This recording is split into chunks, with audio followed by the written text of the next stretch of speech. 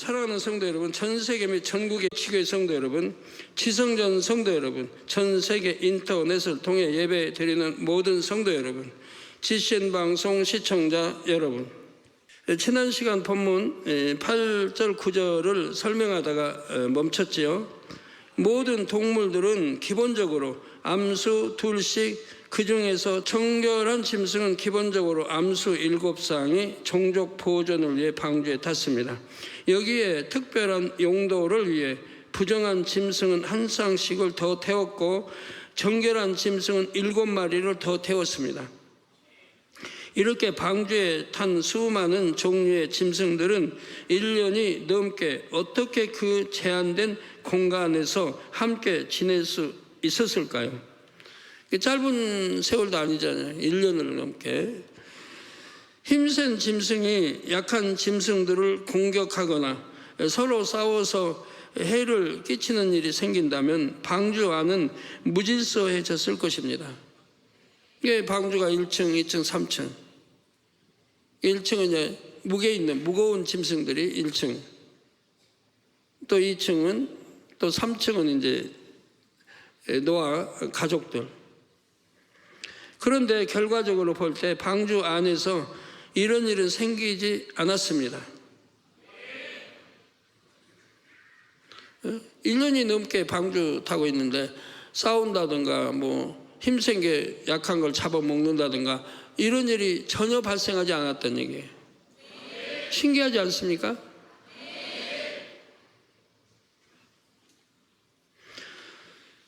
하나님께서는 홍수가 다 끝나기까지 노아의 방주만큼은 근본의 빛으로 둘러주셨기 때문입니다.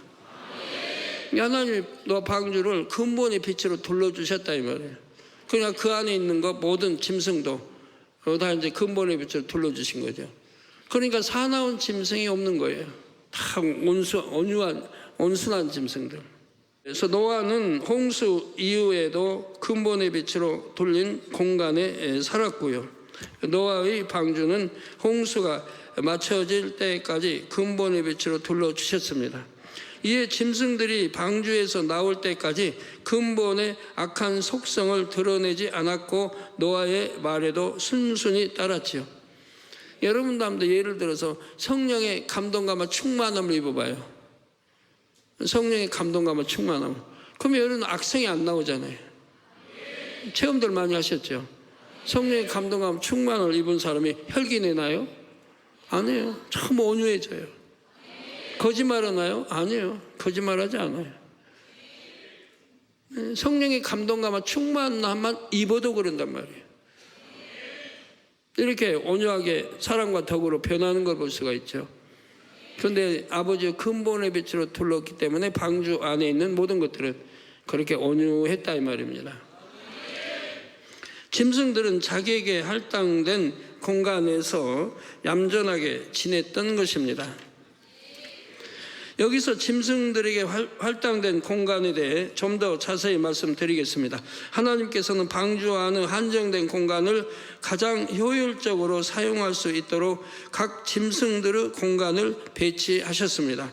창세기 6장 16절에 기록된 대로 방주는 상중하 3층으로 되어 있죠. 맨 아래층부터 체중이 많이 나가는 순서대로 거하도록 했습니다. 예를 들어 코끼리, 하마, 사자, 호랑이처럼 덩치가 크고 체중도 많이 나가는 짐승들이지요. 이는 방주의 전체적인 안정성을 위해서 또 필요한 배치였습니다. 배는 밑에가 무거운 게 이렇게 밑으로 가야 된단 말이에요. 위에 갈수록 가벼워야 되고.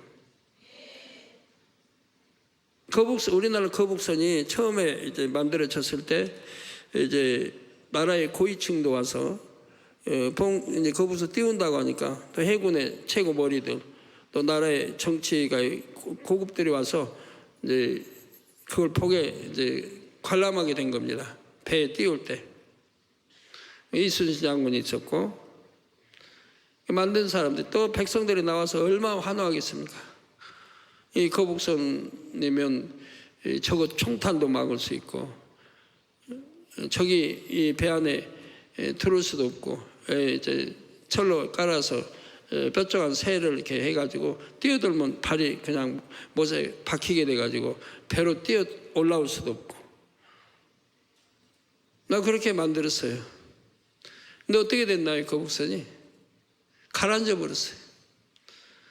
막대한 돈을 들여서 이 거북선을 지었는데, 그 당시에 돈이 없는데 막대한 돈을 들여서 거북선을 만들어 띄웠는데, 군사들도 거기 이제 해군 군사들도 많이 타고, 근데 배가 가라앉아 버린 거예요.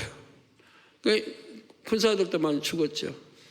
그러니까 또 얼마나 곤욕을 치러야 되겠습니까? 이순신 장군이 사색이 될 수밖에 없죠. 전혀 예상치 못한 일이. 왜 그런 일이 일어났었나? 갑판을 새로 했는데 새로 다 덮은 거예요. 근데 그 무게에 의해서 가라앉아 버린 거예요. 위에 이제 갑판이라고 그럽니까? 위에 이렇게 뚜껑이 무게에 견디지 못해가지고 거북선이 가라앉아 버린 거예요. 그래서 참 혹독한 어려움을 당하게 되죠. 이순신 장군은 이 거북선이 꼭 필요한데 돈도 없는데 이거 한 척 만들었는데 가라앉아 버리니까 비난이 좀 또 왕으로부터도 나오고, 비난이 좀 나오겠습니까? 그러지만 꼭 거북선이 필요하다 이게 모두 역경을 다 감내하면서 다시 거북선 만들기에 들어갑니다. 설득하고 뭐 해가지고 이제 백성들이 다시 호응해서 또 해가지고 다시 만들어요. 근데 전에 왜 실패했냐? 바로 뚜껑이 무거운 쇠가 들어가지고 무게에 가라앉았다. 그럼 결과는 어떻게 해야 되냐?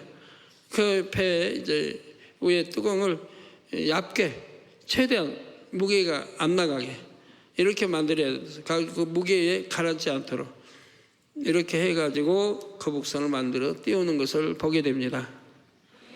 아멘. 우리 성도님들 역사 공부 가끔 잘하십니다. 그 우리나라 첫 거북선인데 그런 것 좀 알고 계시하잖아요. 어떻게 띄웠을까? 그 철로 만든 새로 만든 거. 그렇게 쉽게 처음부터 출발한 게 아니에요. 너무 많은 역경을 시험과 환난을 이겨낸 겁니다. 나라 사랑하는 마음으로. 하나님 일도 하다 보면 그런 때가 오잖아요. 시험 환난에 봉착해서 참 헤어나기 어려운 이런 일도 있게 됩니다. 그러나 우리는 전지전능하신 하나님을 믿고 나가기 때문에 문제될 게 없죠. 하나님이 책임져 주시니까. 왜? 내가 진리에서 어긋나지만 않으면, 하나님 말씀에서 어긋나지만 않으면 하나님이 책임져 주시니까 그런 염려, 시험 환난, 그런 염려, 걱정할 필요는 없는 거죠.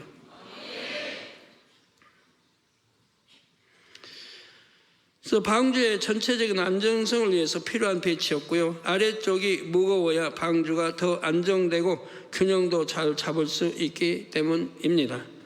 중간층에는 그 다음 크기의 짐승들이, 맨 위층에는 새들과 땅에 기는 것들과 노아의 8 식구가 거했습니다.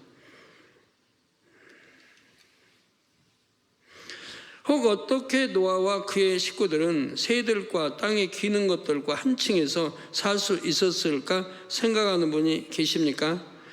같은 층에 산다 해도 공간이 잘 구분되어 있었지요. 노아와 그의 식구들이 사는데 불편하지 않았던 것입니다. 이 외에도 방주 내부는 공간이 매우 효율적으로 구분되어 있었습니다. 예를 들어 양식을 저장하는 공간이 각 층마다 있었습니다. 만약 어느 한 층에만 양식 창고가 있었다면 짐승들에게 밥을 줄 때마다 오르락 내리락 수고가 얼마나 크겠는지요. 하나님께서는 노아에게 짐승들의 양식 창고를 각 층의 가장 오른쪽 끝에 만들게 하셨습니다. 짐승들에게 하루에 한 번만 양식과 물이 제공되었습니다. 짐승들은 자주 먹어야 되는데, 코끼리 같은 경우는 그냥 한 20시간은 먹고 있어야 돼요. 계속 먹어야 돼요. 코끼리 같은 배 채우려면. 그런 짐승들이 또 있죠. 근데 하루에 한 번씩만 줬다는 얘기예요. 그럼 그걸 어떻게 견디는가? 하나님 은혜죠.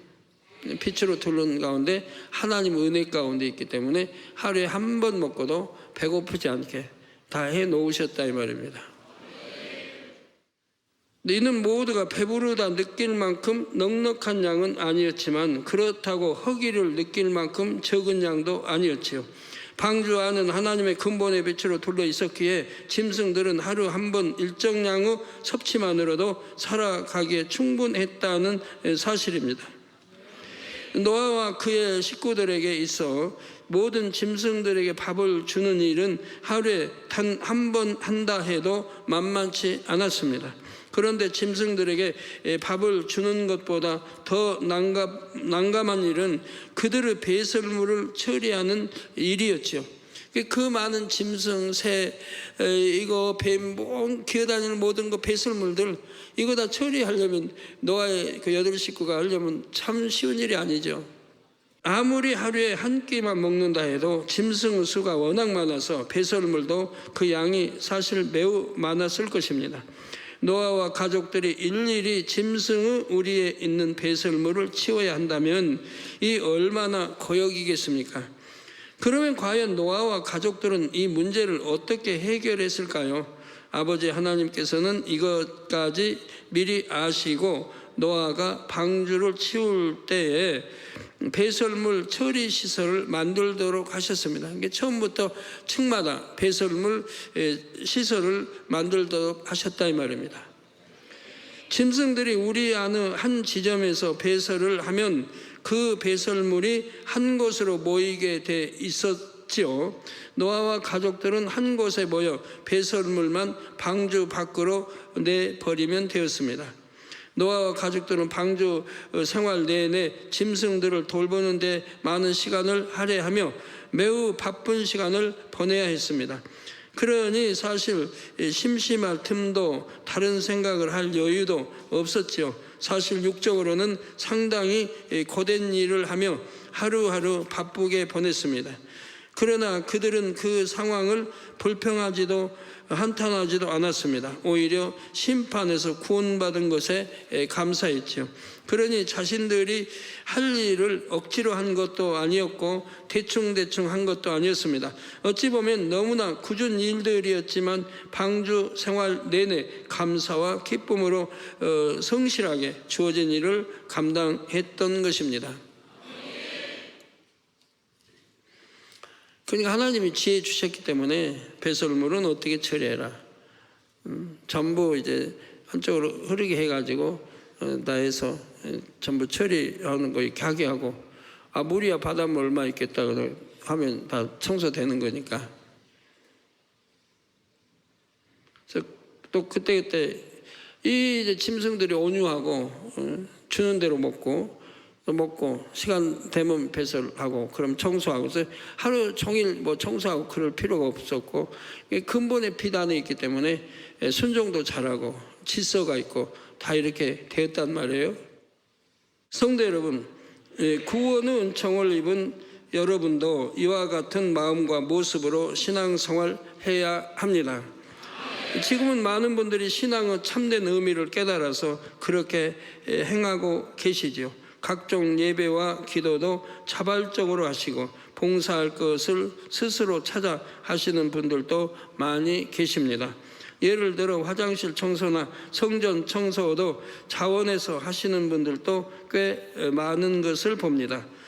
더울 때나 추울 때나 변함없이 식당 봉사, 교통 봉사, 청소 봉사를 하시는 분들도 많고요. 육으로 볼 때는 힘이 들고 굳은 일이지만 구원받은 은혜에 감사함으로 기꺼이 하고 계신 분들이 참 많습니다. 그 모든 분들께 진정 감사를 드립니다.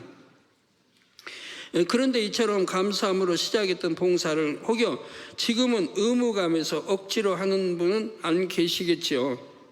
내가 주님의 은혜에 감사해서 봉사한다 했던 그 마음이 결코 변해서는 안 됩니다.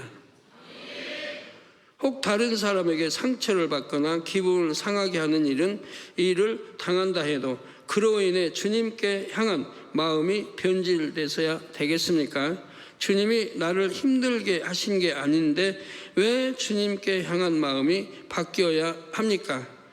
사람과의 관계에서 어지러운 일을 만나면 그것은 내 마음의 비진리를 발견하는 기회입니다. 그 기회를 잘 붙잡아서 주님께서 원하시는 마음으로 더 아름답게 변화되어야 하지요. 노아는 가족들과 함께 구원받은 은혜에 감사함으로 결코 녹록치 않은 방주 안의 삶을 묵묵히 성실함으로 지냈습니다. 자, 방주는 영적으로 하나님의 말씀이라 했습니다. 성도님들이 영적인 방주 안에서 살기 원한다면 구원의 은혜에 감사하는 마음이 항상 변함없어야 합니다. 여러분 얼마나 풍랑이 치고 뭐 비바람 뭐 태풍 그 시험하려니 아무리 온다 해도 이 만민의 방주 안에만 있으면 끄덕없잖아요. 끄덕없단 말이에요. 이 한 가지만 끝까지 붙잡고 있어도 풍랑이는 바다와 같은 세상 속에서 능히 승리하는 삶을 살 수가 있지요. 이것을 꼭 기억하여서 우리를 구원하시기 위해 모든 것을 내어주신 아버지 하나님과 주님께 기쁨을 드리는 여러분이 되시기를 주님의 이름으로 기원합니다. 이제 본문 10절을 살펴보겠습니다. 7일 후에 홍수가 땅에 덮이니 했죠. 하나님께서 앞서 4절에서도 7일 후에 비를 내리기 시작하겠다 말씀하셨습니다. 이 7일은 하나님의 공의를 온전케 하는 유예 기간이라 했지요. 하나님 편에서 홍수 심판을 이루실 때 영계 정해 놓으신 공의대로 조금의 더함이나 덜함도 없이 정확하게 이루셨음을 나타냅니다. 얼마나 심사숙고하셨는지를 알 수 있지요. 그런데 하나님께서 7일 후에 홍수 심판을 이루겠다고 하신 말씀에는 노아와 그의 자손들을 통해 새롭게 인간 경작을 이루겠다는 뜻도 담겨 있습니다. 세상에도 졸업은 끝이 아니라 또 다른 시작이라는 말이 있지요. 이와 마찬가지로 대홍수 심판으로 경작의 역사가 끝나는 것처럼 보였지만 그것은 끝이 아니라 새로운 시작이었습니다. 본문의 홍수가 땅에 덮인다는 말씀에도 영적인 의미가 담겨 있습니다. 땅은 어둠을 뜻하며 홍수, 즉 물은 말씀을 의미하죠. 따라서 홍수가 땅에 덮인다는 말씀에는 어둠의 세력으로 인해 물든 이 땅을 하나님의 말씀인 물로 심판하여 새롭게 평정하신다는 뜻이 담겨 있습니다. 원수 마귀 사단은 사람의 마음에 어둠 곧 악을 심음으로써 이 땅에 그들의 세계를 구축하려 했죠. 여러분들 지금 이게 제일 조심해야 돼요. 적그리스도 조심해야 되지만 마지막 때 여러분의 마음에 이 생각 속에 자꾸 악을 심어가는 거예요. 간음, 음욕, 시기, 질투, 미움, 판단, 정죄, 오해할 것, 그러니까 서운해하는 마음, 온갖 이런 나쁜 것들을 자꾸 여러분 마음에 심어 머리 지식 속에 심어가고 마음에 심어 간단 말이에요. 그것을 받아들여서 행해버리면 여러분 마음에 심겨져 버린단 말이에요. 무서운 일이에요. 이렇게 해서 한 달, 두 달, 석 달 되면 이제 자기도 다스릴 수 없는 마음으로 돼버려요. 자기도 지배하고 다스릴 수 없는 자기 마음이 돼요. 사단이 불어넣어줬고 사단이 주관하기 때문에. 그때는 마음대로 안 되는 거예요. 간음, 음욕, 혈기, 모든 게 다 마찬가지입니다. 이게 사단이 역사하는 거 받아들이면 안 되는 거예요. 비진리는 받아들이면 안 되는데 빛으로 여러분 둘러 있어야 되고 이런 비진리를 받아들이면 안 되는데 처음부터 받아들였기 때문에 이런 결과가 온다 이 말. 그러니까 그런 걸 받아들일 수 있는 것들을 저는 끊으라고 말하는 거예요. 끊으라고. 그런 세상 거 끊어버리면 받아들일 수가 없어요. 어둠을 받아들이지 않으면 빛만 있으니까 여러분 마음이 빛으로 있어야 된다 이 말이에요.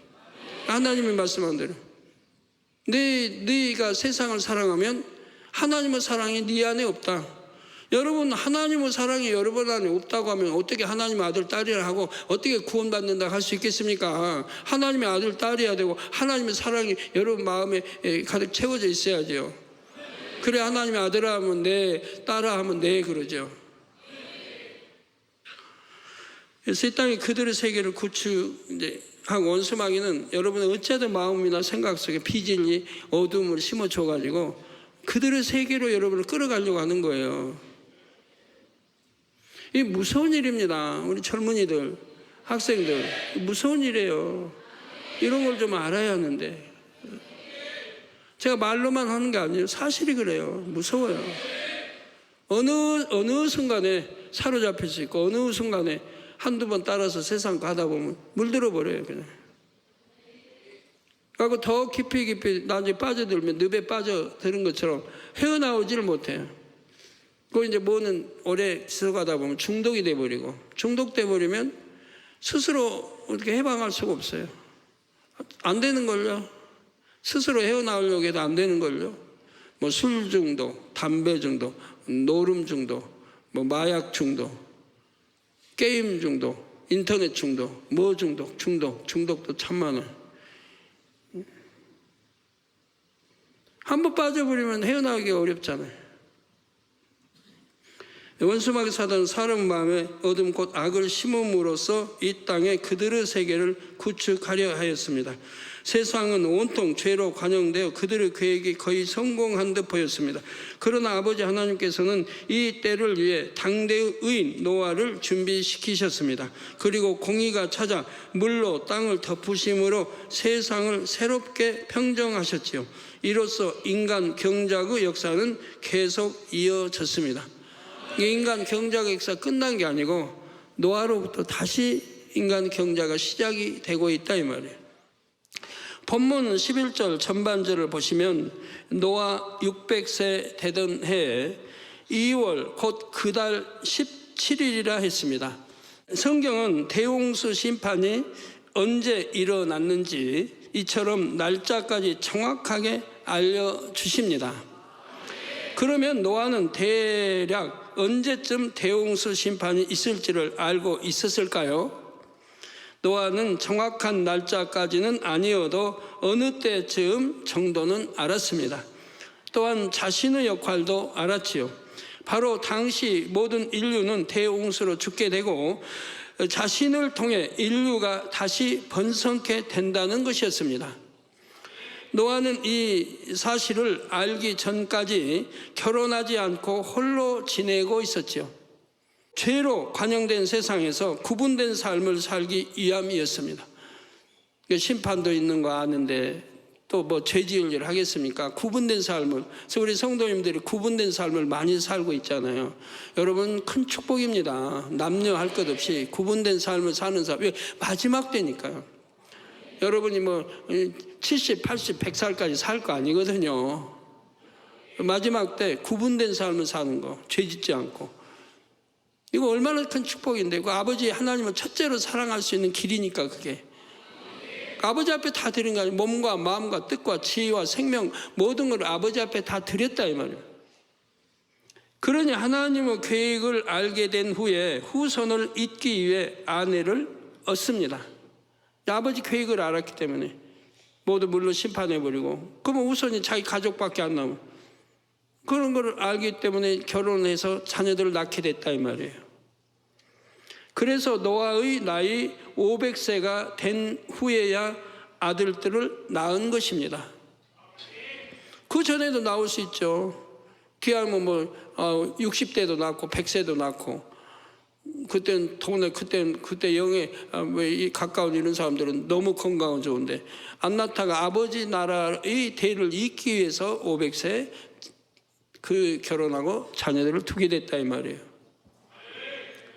우리는 이 사실을 통해 노아가 대홍수 심판이 있을 것을 대략 언제쯤 알았는지 짐작할 수가 있지요. 다시 말해 하나님께서 노아에게 홍수 심판을 준비하도록 주신 시간이 불과 몇십 년이 아님도 알 수 있습니다. 하나님께서는 심판을 대비하여 방주를 예비할 시간을 충분히 주셨다는 사실입니다. 대충 빨리빨리가 아니고 정확하게 설계해서 정확하게 다 만들어야 하거든요. 그 대홍수를 이겨내려면. 이는 노아에게만 해당되는 것이 아니라 노아가 살았던 당시 사람들도 구원의 기회를 잡을 수 있도록 동일하게 주어진 시간이었지요. 노아는 그 오랜 시간을 믿음으로 인내하며 하나님의 말씀대로 준행했습니다. 방주를 짓고 식량을 준비했지요. 또한 사람들에게 대홍수 심판이 다가옴을 열심히 알렸습니다. 그러나 대홍수 심판에서 구원받은 사람은 오직 노아의 여덟 식구뿐이었죠. 그렇게 외치고 외쳐도 귀담아 듣는 사람이 없더라 이 말입니다. 여러분, 오늘날도 마찬가지입니다.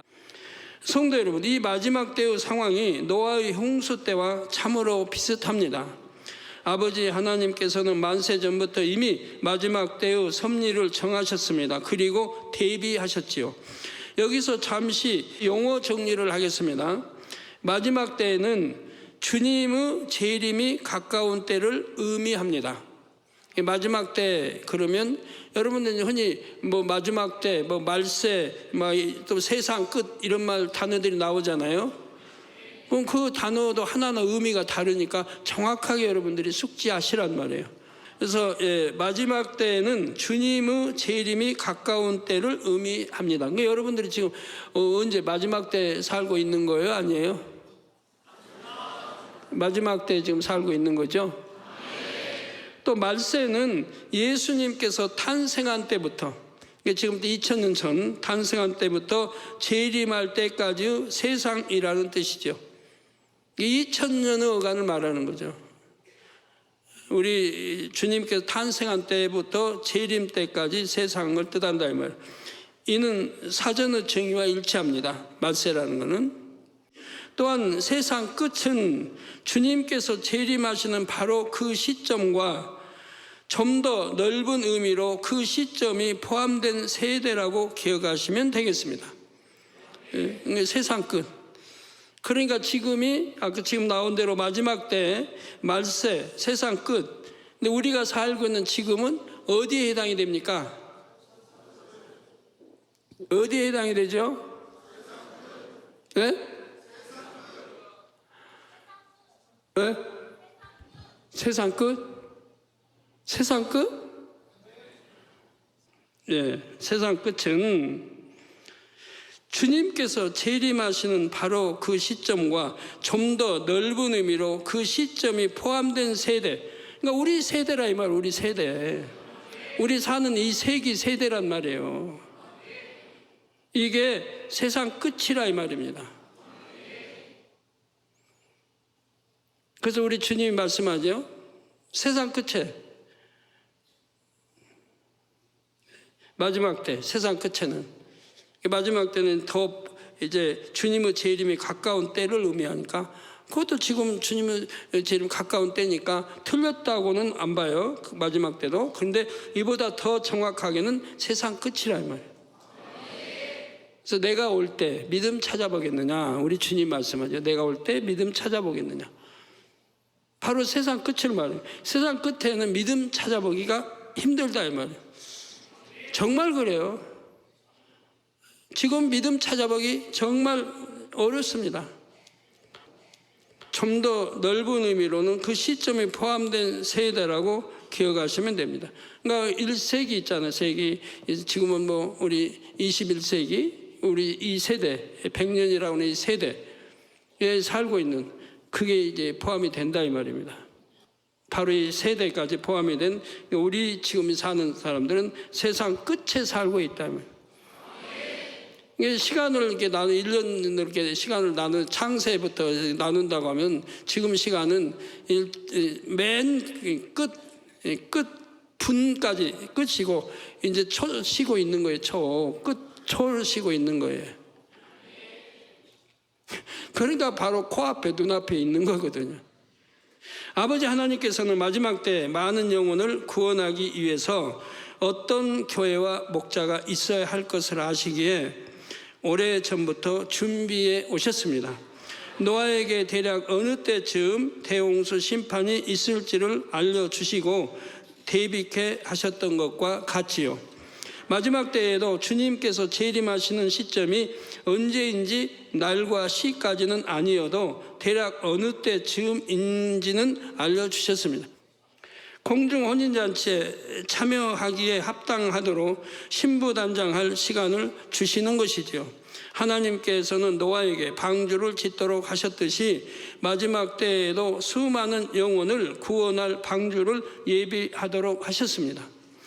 먼저는 영적인 방주인 생명의 말씀을 주셨고 다음으로는 대성전을 건축하게 하셨지요. 영적인 신부단장이나 대성전의 건축은 짧은 기간에 할 수 있는 것이 아닙니다. 만약 여러분이 주님의 재림의 때를 1년 전에 알게 된다면 단 1년 만에 신부단장을 온전히 할 수 있을까요? 못합니다. 1, 2년 가지고 신부단장 못해요. 여러분 신앙생활 보면 알잖아요. 다 반석에 들어와 가지고도 영으로 들어오는데 얼마나 걸렸습니까? 믿음이 없는 것도 아니에요. 하나님 걷는 기사법 그 많이 보았고 말씀 들어 알고 기도해왔고 불같이 신부단장 해왔는데도 반석에 들어와서 영으로 들어오는 데까지 얼마나 오래 걸렸느냐 이 말이에요. 어느 사람은 몇 년씩 걸리잖아요. 근데 또 반석에 들어오기까지 또 얼마나 걸렸습니까? 그런데 뭐 주님 오신데 뭐 대성님 그때 신부단장 한다고요? 그때 신부단장 해가지고 낙원 가게요? 낙원은 갈지 몰라요. 1,000층은 잘하면. 근데 그것도 어렵습니다. 왜요? 죄는 날로 날로 더 관영돼서 빈틈없이 죄로 가득 차기 때문에 원수마귀는 그대로 있지 않아요. 어찌하든 노려서 죄짓게 하고 그래서 뭐 컴퓨터에 뭐 인터넷에 핸드폰에 온갖 걸 감염시켜 나간다 이 말이에요. 죄짓게 만들어 간다. 그래 TV에 영화에 여러분 뭐 그런 것쯤은 이미 끊었겠습니다만은 이런 것들로 그리고 이제 활보하는 사람들 옷차림이고 뭐고 그냥 온갖 미혹하기 딱 좋게 미혹당하기 딱 좋게 음란 간음 버리지 못하게 이렇게 만들어 간다 이 말입니다. 그러니까 1, 2년 내 신부단장이 돼요? 안 되는 거라 이 말이에요. 안 되는 거라 이 말이에요. 지금 신부단장 열심히 해놔야지. 갈수록 죄로 관영돼서 여러분 10년 전하고 오늘날 비교해봐요. 얼마나 죄로 관영된지. 5년 전하고 지금 비교해봐요. 얼마나 5년 전만 해도 좀 숨 쉴 틈이 있었는데 지금은 숨 쉴 틈도 없어요. 그런데 앞으로 또 5년 후에 생각해봐요. 끔찍하지. 우리 남성노님들 끔찍하잖아요. 그러니까 지금 신부단장 하지 않으면 안 되는 거예요. 우리 학생들, 전문의들 마찬가지. 그리고 신부단장 부지런히 해야 돼요. 게으름 부리고 해가지고 안 돼요. 예, 그래서 단 1년 만에 신부단장을 온전히 할 수는 없습니다. 그때까지 꾸준히 신부단장을 한 사람이라면 남은 1년 동안 마무리만 잘 하면 됩니다. 그러나 그때까지 신앙생활을 대충 했거나 제대로 시작한 지 얼마 안 되는 사람이라면 1년이란 기간은 충분하지 않지요. 마음은 급하지만 온전하게 준비하기엔 아무래도 역부족이라는 사실입니다. 그런다고 준비 안 해요. 준비는 해요. 해서 가는데 새 예루살렘 가기에는 역부족이죠. 시간상 안 되죠. 시간상. 새 예루살렘 가는데 낙원에 가고 1,000층 가고 2,000층 가고 한다면은 그거야 이제 열심히 해서 가지만 3,000층까지는 쉽지 않죠. 3,000층 통과하면 새 예루살렘 들어갈 수 있는데 이거 통과는 1,000층, 2,000층까지는 열심히 하면 되지만 우선 영적인 준비가 필요합니다. 노아가 당대의 의인으로 인정받기까지 시간이 필요했던 것처럼 성도들도 대성전을 짓게 합당한 자격을 갖추는 시간이 필요하지요. 아버지 하나님께서는 대성전은 성결한 자녀들을 통해 이루시겠다고 개척 때부터 말씀하셨지요. 이러한 영적인 조건이 갖춰질 때 하나님께서도 공의 가운데 큰 재정의 축복을 허락하실 수 있기 때문입니다. 노아가 아버지 하나님의 말씀을 믿고 말씀 그대로 준행했던 것처럼 성도님들도 오직 믿음으로 행군하며 말씀대로 신부단장을 해 주시기 바랍니다. 믿음은 당장 눈에 보이지 않고 손에 만져지지 않는다 해도 변함없이 바라는 것입니다. 바라는 것들은 실상이 되는 거예요. 바라는 것들은 실상. 그것이 공의 가운데 참임을 인정받을 때 바라던 바가 실상으로 주어지죠. 이 영의 원리를 꼭 기억하시고 변함없는 믿음을 순전하게 지키시는 모든 성도님들이 되어 주시기를 주님의 이름으로 기원합니다.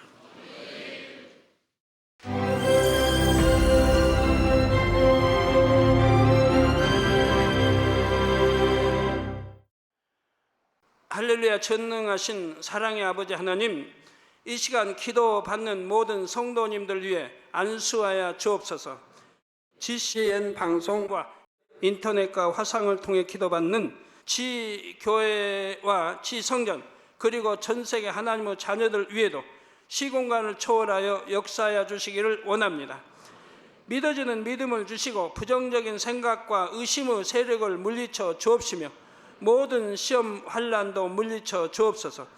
머리부터 발끝까지 오장 육부 뼈 마디마디 온몸의 신경 조직 세포 등 아픈 곳마다 성령의 불로 태우시고 근본의 빛으로 역사하여 주옵소서. 예수 그리스도의 이름으로 명하노니 원수마귀 사단 모든 질병 균 연약함아 물러가라. 빛이 여임하라. 모든 불친 난치병도 성령의 불로 태워 깨끗하게 역사하여 주옵소서. 말라리아를 비롯한 모든 풍토병도 물리쳐 주옵소서. 깨끗함을 입을지어다. 감기, 기침, 열, 몸살, 독감 등 각종 유행성 질병도 다 물러가라. 어떠한 유행성 질병 균도 틈타지 않게 지켜 주옵소서. 위암, 폐암, 간암, 유방암, 자궁암, 대장암, 피부암 등 각종 암과 에이즈, 백혈병, 뇌졸중, 고혈압, 저혈압, 심장병, 폐병, 위장병, 당뇨, 부인병, 피부병, 갑상선 질환과 모든 염증도 깨끗게 하여 주옵소서. 소아마비, 중풍, 관절염, 디스크도 온전케 하여 주옵소서. 요통, 두통, 신경통을 비롯한 모든 통증은 사라질지어다. 간질, 자폐증, 우울증, 조울증, 노이로제 등 모든 정신질환도 물러가라. 모든 마비된 것도 풀어지고 일어나 걷고 뛸지어다. 눈도 잘 보이게 하옵시고 귀도 잘 들리게 하여 주옵소서. 소경은 눈을 뜨고 기머거리는 들으며 벙어리는 말할지어다. 각종 사고 후유증도 깨끗게 하시고 부러진 뼈도 붙여 주옵소서. 화상 입은 것도 온전케 하옵소서. 화기야 물러가라. 열도 물러가라. 아버지 흉터도 나지 않게 역사해 주시기를 원합니다. 마약을 비롯하여 각종 약물과 독극물 중독도 깨끗함을 입을지어다. 죽은 신경과 세포가 살아나며 죽은 자도 살아나게 하여 주옵소서. 잉태의 축복도 주시기를 원합니다. 잉태 축복을 받으라. 예수 그리스도의 이름으로 명하노니 원수마귀 사단아 하늘 공중 곳에 잡은 악의 영들아 물러가라. 그의 사자들도 물러갈지니라. 이 땅의 악한 영, 더러운 영, 거짓되고 간사한 영, 이간질하고 미혹하는 모든 어둠들은 물러가라. 모든 흉악의 결박을 풀고 어둠아 물러가라. 빛이 여임하라. 아버지 하나님, 부르짖어 기도할 수 있는 능력을 주시고 죄를 버리고 성결될 수 있는 능력을 주옵소서. 영혼이 잘됨같이 범사에 잘되게 하시고 가정의 복음화도 이루어 주시길 원합니다. 한 주간도 모든 사고와 재앙으로부터 지켜주시고 불통이 없는 형통한 삶을 살 수 있도록 축복해 주옵소서. 성령의 불담으로 천군 천사와 주님의 불꽃 같은 눈동자로 모든 하나님의 자녀들과 가정, 일터, 사업들을 지켜주시기를 원합니다. 학생들에게 지와 명철을 더하시고 공부도 할 수 있는 뜨거운 마음과 열정도 더하여 주옵소서. 마음과 생각을 세상에 빼앗기지 않도록 지키시고 하나님을 뜨겁게 사랑하는 학생들로 축복하여 주옵소서. 하나님의 자녀들이 먹으나 마시나 입으나 무엇을 하든지 하나님 앞에 영광 돌리는 삶이 되게 축복하여 주시기를 원합니다. 나는 하나님을 만났노라, 체험했노라, 응답 받았노라, 축복 받았노라, 간증하는 입술이 되게 역사하여 주옵소서. 아버지 하나님 감사합니다. 홀로 영광 받으옵소서. 우리 주 예수 그리스도의 이름으로 기도하옵나이다. 아멘.